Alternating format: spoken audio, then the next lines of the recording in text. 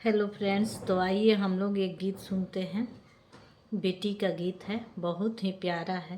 पहले के ज़माने में लोग बेटियां को कैसे सोचते थे और जब बेटी होती तो क्या उनके मन में ख्याल होता था, गीत के माध्यम से मैं आपको समझाऊंगी आप लोगों को।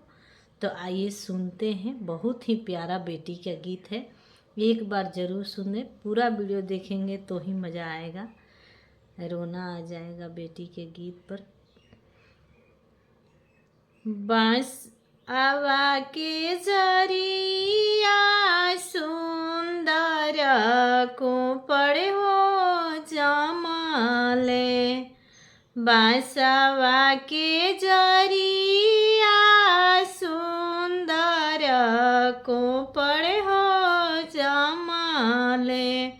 सौ से या जो दे हो अंजोर, सौ से या जो दे हो अंजोर। आमा के कोखिया सुंदर धिया हो जमाली। सौ से या जो दे हो अनार, सौ से या जो दे हो अनार। जाहू हम जनीती की धिया कोखी हो जमी है। पियती में मिर्ची हो झारार, पियती में मिर्ची हो झारार। मिर्ची के झांके झुके धिया मारी हो जाईती।